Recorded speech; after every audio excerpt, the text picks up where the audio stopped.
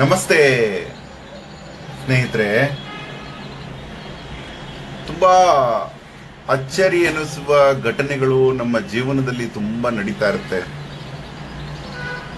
ಹಾಗೆ ಕಿತ್ತಡಿ ಅನ್ನುವ ಒಂದು ಹೊತ್ತಗೆಗೆ ಒಂದು ಕತೆ ಬರೆಯುವಂತಹ ಸಂದರ್ಭ ಒದಗಿ ಬಂತು.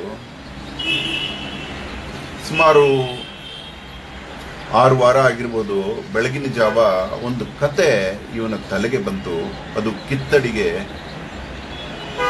ಸಮಂಜಸವಾಗಿತ್ತು. ಆದ್ರೆ ಅದನ್ನು ಬರೆಯುವಂತಹ ಸಂದರ್ಭ ಇಂದು ಒದಗಿ ಬಂತು. ಇದೊಂದು ಮನಸ್ಸು ಝುಮ್ ಎನ್ನಿಸುವಂತಹ ಕತೆ. ಕೇಳಿ ಇವಾಗ. ಆ ಕಿತ್ತಡಿ ಪುಸ್ತಕದಲ್ಲಿ ಇಂಥ ಅನೇಕ ಕತೆಗಳು, ನಮ್ಮ ಜೀವನದ ಶೈಲಿಯನ್ನು ಬದಲಾಯಿಸುವಂತಹ ಕತೆಗಳು ಬರುತ್ತೆ. ಅದರಲ್ಲಿ ಈ ಕತೆ ಇವನಿಗೆ ರೋಮಾಂಚನಗೊಳಿಸ್ಬಿಡ್ತು. ಹೇಗೆ ಕತೆಗಾರರಿಗೆ ಕತೆಗಳು ಹೊಳೆಯುತ್ತೆ ಅಂತ ಚಿಕ್ಕ ವಯಸ್ಸಲ್ಲಿ ಅನ್ಕೋತಿದ್ದ. ನಾವು ಬರೆಯುವುದಕ್ಕೆ ಸಿದ್ಧರಾದಾಗ ಭಗವಂತ ನಮ್ಮ ತಲೆಯಲ್ಲಿ ಕತೆಗಳನ್ನು ತುಂಬುತ್ತಾನಂತೆ. ಈ ಕತೆ ಕೇಳಿ. ಒಬ್ಬ ಕೋಳಿ ಪಂದ್ಯದವನು ಇರ್ತಾನೆ. ಅವನ ಜೀವನದ ವೃತ್ತಿಯೇ ಕೋಳಿ ಪಂದ್ಯ. ಬಲಿಷ್ಠ ದಷ್ಟ ಪುಷ್ಟ ಕೋಳಿ ಹುಂಜಗಳನ್ನ ಸಾಕುವುದು, ಅದಕ್ಕೆ ತರಬೇತಿ ಕೊಡುವುದು, ಆ ಕೋಳಿಗಳನ್ನ ಹಳ್ಳಿ ಹಳ್ಳಿ ಪಟ್ಟಣಗಳಿಗೆ ತೆಗೆದುಕೊಂಡು ಹೋಗಿ ಅಲ್ಲಿ ಚಾಲೆಂಜ್, ಚುನೌತಿ, ಆ ಜನಗಳಿಗೆ ಒಂದು ಸವಾಲು ಎಸೆಯುವುದು. ಏನು ಆ ಸವಾಲು ಅಂದ್ರೆ, ನನ್ನ ಕೋಳಿಯನ್ನು ಗೆಲ್ಲಿಸಿದರೆ ಕೋಳಿ ನಿಮಗೆ, ಮತ್ತೆ ಅದಕ್ಕೆ ಒಂದು ದೊಡ್ಡ ಮೊತ್ತ ಬಹುಮಾನ ಇಡ್ತಿದ್ದ. ಆ ಕೋಳಿ ಸೋಲಿಸದಿದ್ದಾಗ ಬಂದ ಬಹುಮಾನವನ್ನು ತೆಗೆದುಕೊಂಡು ಮತ್ತೊಂದು ಊರಿಗೆ ಹೋಗ್ತಿದ್ದ. ಆದರೆ ಅವನ ಜೀವನದಲ್ಲಿ ಯಾವತ್ತೂ ಕೋಳಿ ಪಂದ್ಯದಲ್ಲಿ ಸೋತದ್ದಿಲ್ಲ. ಯಾಕಂದ್ರೆ ಅವನ ಕೋಳಿಗಳು ಅಷ್ಟು ಬಲಿಷ್ಠವಾಗಿದ್ವು. ನೀವೆಲ್ಲ ಹಳ್ಳಿಯವರಾದ್ರೆ ಕೋಳಿ ಪಂದ್ಯದ ವಿಚಾರಗಳು ನಿಮ್ಗೆ ಗೊತ್ತಿರುತ್ತೆ. ಹುಂಜದೊಡನೆ ಜಗಳವಾಡುವಾಗ ಬೇಗ ಅಂತ್ಯವಾಗುವುದಿಲ್ಲ ಯುದ್ಧ. ಅದಕ್ಕೆ ಮತ್ತೆ ಒಂದು ಈ 5 ಡೇ ಕ್ರಿಕೆಟ್ ಗೇಮ್ ಇಂದ 1 ಡೇಗೆ ಹೇಗೆ ಬಂತೋ, 2020ಗೆ ಹೇಗೆ ಬಂತೋ, ಅವಾಗ ಏನ್ ಮಾಡಿದ್ರು, ಕೋಳಿಗೆ ಕಾಲಿಗೆ, ಬಲಗಾಲಿಗೆ ನೋಡಿ, ಆ ಕಾಲಿರುತ್ತಲ್ಲ, ಹಿಂಭಾಗ ಒಂದಿರುತ್ತೆ ಹೆಬ್ಬೆರಳು ತರ, ಅಲ್ಲಿಗೆ ಒಂದು ಖಡ್ಗ ಕಟ್ತಾ ಇದ್ರು. ಆ ಖಡ್ಗ ಚಿಕ್ಕ ಚಾಕು, ಅದು ತುಂಬಾ ಶಾರ್ಪು. ಆ ಖಡ್ಗ, ಯಾಕಂದ್ರೆ ಕೋಳಿ ಹೊಡೆಯೋದೇ ಹಿಂಗಾಲಿನಿಂದ. ಖಡ್ಗ ಹೊಡೆತಕ್ಕೆ ಸಿಗದ ಹಂಗೆ ಹೋರಾಡಬೇಕು ಕೋಳಿ. ಆ ಖಡ್ಗದಲ್ಲಿ ಹೊಡೆದ ತಕ್ಷಣ ಆ ಕೋಳಿ, ಎದುರುಗಡೆ ಕೋಳಿ ಪ್ರಾಣ ಬಿಡ್ತಿತ್ತು. ಇನ್ನೂ ಮುಂದೆ ಹೋದ ಜನ 5 ಓವರ್ ಆಡ್ದಂಗೆ ಆ ಖಡ್ಗಕ್ಕೆ ಸ್ವಲ್ಪ ಮೆಡಿಸಿನ್ ಹಚ್ತಾ ಇದ್ರು. ಅದು ಕೋಳಿ ಒಂದು ಏಟು ಬಿದ್ದರೆ ಬಿದ್ದೋಗ್ಬಿಡ್ಬೇಕು, ಹಂಗೆ ವಿಷದ ಹಾಗೆ ಕೆಲಸ ಮಾಡ್ತಿತ್ತು. ಹೀಗೆಲ್ಲ ಕೋಳಿ ಪಂದ್ಯದಲ್ಲಿ ನ್ಯಾಯ ಅನ್ಯಾಯಗಳು ನಡೀತಾ ಇತ್ತು. ಆದರೆ ಈ ಮನುಷ್ಯ ಮಾತ್ರ ಯಾವತ್ತೂ ಅನ್ಯಾಯ ಮಾಡಿರಲಿಲ್ಲ. ತುಂಬಾ ಪ್ರಾಮಾಣಿಕ ವ್ಯಕ್ತಿ. ಹೀಗಿರುವಾಗ ಅವನಿಗೆ ಇನ್ನೊಂದು ವಿಶೇಷತೆ ಏನಂದ್ರೆ, ಅವನ ದೌರ್ಭಾಗ್ಯವೋ ಏನೋ, 2 ಕಣ್ಣು ಕಾಣುತ್ತಿರಲಿಲ್ಲ. 2 ಕಣ್ಣು ಕಾಣದಿದ್ರು ಅವನು ಕೋಳಿಗಳನ್ನ ಬೆಳೆಸ್ತಾ ಇದ್ದ, ಕೋಳಿ ಪಂದ್ಯ ಆಡ್ತಾ ಇದ್ದ. ಅವನ ಕೋಳಿಗಳು ಅಂದ್ರೆ ಆ ತಾಲೂಕಾ ಜಿಲ್ಲೆಗೆಲ್ಲ ತುಂಬಾ ಫೇಮಸ್. ಅವನು ಹಳ್ಳಿಲೂ ಗೆದ್ಕೊಂಡ್ಬರ್ತಾನೆ. ಒಂದು ಹಳ್ಳಿಗೆ ಹೋಗ್ತಾನೆ. ಆ ಹಳ್ಳಿಯಲ್ಲಿರುವ ಜನಗಳೆಲ್ಲ ಮೋಸಕ್ಕೆ ಖ್ಯಾತಿ. ಇನ್ನು ಜನಗಳೇ ಹಾಗಿರ್ಬೇಕಾದ್ರೆ ಆ ಹಳ್ಳಿಯ ನಾಯಕ ಇನ್ನೆಷ್ಟು ಮೋಸಗಾರ ಇರ್ಬೋದು. ಅವನಿಗೆ 2 ಕಣ್ಣು ಕಾಣುತ್ತಿಲ್ಲ. ಹೀಗೆ ಅವನು ಕೋಳಿಗಳನ್ನ ತೆಗೆದುಕೊಂಡು ಹೋಗಿ ಅಲ್ಲಿ ಸವಾಲೆಸಿತಾನೆ.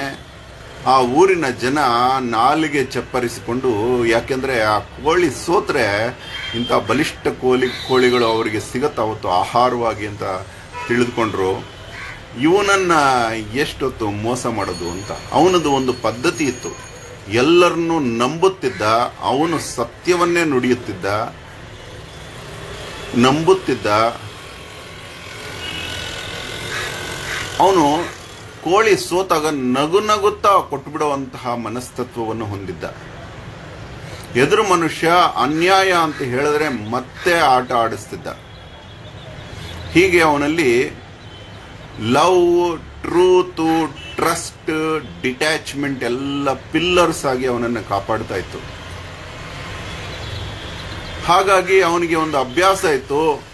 ಕೋಳಿಗಳನ್ನು ಬಿಡುವಾಗ 2 ಕೋಳಿ ಊಟ ಮಾಡಿದೆಯೇ ಅಂತ ಕೇಳ್ತಿದ್ದ. ಅವರು ಹಾ ಅಂತ ಹೇಳ್ತಿದ್ರು. 2 ಕೋಳಿ ಲವಲವಿಕೆಯಿಂದ ಇದೆಯೇ ಅಂತ ಕೇಳ್ತಿದ್ದ. ಅವರೆಲ್ಲ ಹಾ ಅಂತ ಹೇಳ್ತಿದ್ರು. ಮತ್ತೆ 2 ಕೋಳಿಗೆ ಕತ್ತಿಯನ್ನ ಚೆನ್ನಾಗಿ ಕಟ್ಟಲಾಗಿದೆಯೇ ಅಂತ ಕೇಳ್ತಿದ್ದ. ಅವರು ಹಾ ಅಂತ ಹೇಳ್ತಿದ್ರು. ಈಗ ಬಿಡಿ ಪಂದ್ಯಕ್ಕೆ ಅಂತ ಹೇಳ್ತಿದ್ದ. ಇಷ್ಟೇನಾ, ಇವನನ್ನು ತುಂಬಾ ಈಸಿಯಾಗಿ ಮೋಸ ಮಾಡಬಹುದು ಅಂದುಕೊಂಡ ಆ ಊರಿನ ಮಾಲೀಕ, ಊರಿನ ನಾಯಕ ಏನ್ ಮಾಡ್ತಾನೆ, ಅವತ್ತು ಇವನ ಕೋಳಿಗೆ ಆಹಾರವನ್ನೇ ತಿನ್ನಿಸೋದಿಲ್ಲ, ತಮ್ಮ ಕೋಳಿಗಳಿಗೆ ಆಹಾರವನ್ನು ತಿನ್ನಿಸ್ತಾರೆ. ಹಾ ಅಂತ ಹೇಳ್ತಾರೆ. ಇವನ ಕೋಳಿಗೆ ಕತ್ತಿಯನ್ನು ಕಟ್ಟುವುದಿಲ್ಲ, ತಮ್ಮ ಕೋಳಿಗೆ ಕತ್ತಿಯನ್ನು ಕಟ್ಟುತ್ತಾರೆ. ಹಾ ಅಂತ ಹೇಳ್ತಾನೆ ಇವನು. ಎಲ್ಲ ಸುಳ್ಳುಗಳಿಗೂ ಇವನು ಗೊತ್ತಿದ್ದೋ ಹಾ ಅಂತ ಹೇಳಿ ನಂಬಿ ಪಂದ್ಯಕ್ಕೆ ಬಿಡಿ ಅಂತ ಹೇಳ್ತಾನೆ. ಆಗ ಬಿಟ್ಟ ಆ ಪಂದ್ಯ ತುಂಬಾ ಜಬರ್ದಸ್ತ್ ಆಗಿ ನಡೆಯುತ್ತೆ. ಹಸಿವಾಗಿದ್ದ ಇವನ ಕೋಳಿ ಹೆಚ್ಚು ಹೋರಾಟ ಮಾಡೋದಕ್ಕೆ ಶುರು ಮಾಡುತ್ತೆ.